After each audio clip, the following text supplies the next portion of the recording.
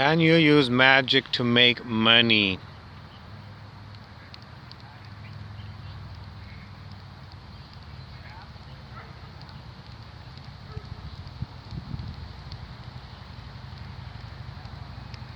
Well, the most used form of magic in Muggles' world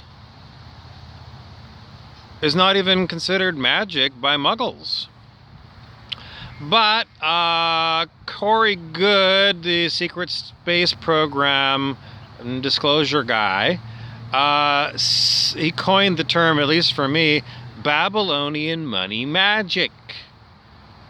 And that is what banks, and especially central banks of countries, use to create money out of thin air. Using like pseudosciences of finance and pseudosciences of economics.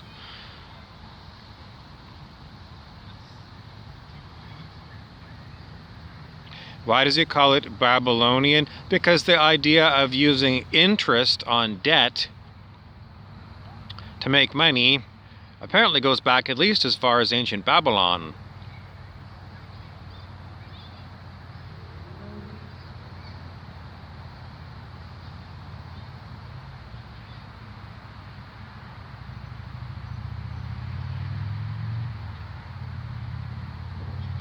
Back to the question, can you use magic to create money out of thin air? I see no reason why you couldn't.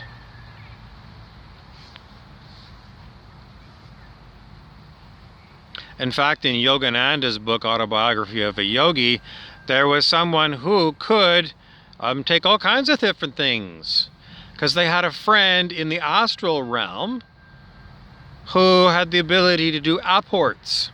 An apport, A-P-P-O-R-T, is to take something from one place and put it somewhere else.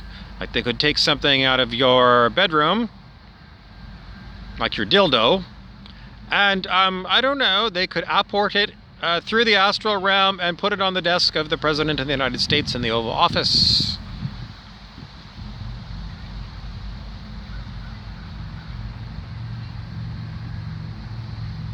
But that's taking something that already exists from one place to another. What about actually just like creating money out of thin air? Can magic do that? Well, you could make a magic movie and then use computer-generated animation to make it look like that's what happened.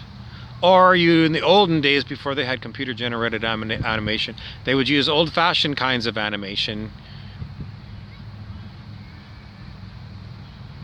For example, they would take a film and they would cut each individual frame of the film into one single picture, and then you could like add, like with a magic marker, crayons, well, not crayons, but you know, magic marker might work, or a paint. You could add in animated effects to that particular frame, and then you'd have to go and like tape it back to all the different frames of the film, and then when you ran it through a film projector, well, I guess they would mass produce it somehow. I don't know how they mass produce those kinds of films. They must have had like a machine shop that did it with craftsmen. But that's how you could make it seem like that if you showed it as a movie. But in someone's actual reality, two places, either in a holodeck, like in Star Trek, or if you lived in a spiritual reality. Now, do Muggles live in spiritual reality? If you're an atheist, you would say, no. Because atheists automatically think that if there's no such thing as God, there's no such thing as spirits. And that's kind of dumb, because, you know, if you're an atheist and you see a bunch of people walking around, they're like very spirited people.